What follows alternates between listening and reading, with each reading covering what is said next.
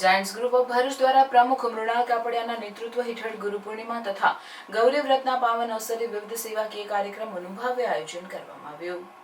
પ્રારંભમાં પાંજરાપોળ ખાતે ગૌમાતાનું પૂજન યોજાયું. આ વિધિ કૌશિકભાઈ જોશીના હસ્તે સંપન્ન થઈ.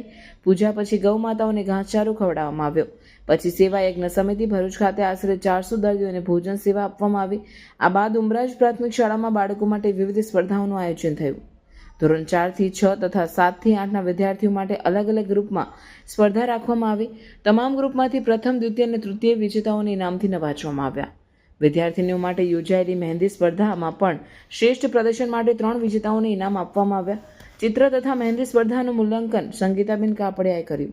શાળાની તમામ ગૌરી વ્રત કરતી વિદ્યાર્થીનીઓને માટે ભોજન તથા ફળ વિતરણ કરવામાં આવ્યું.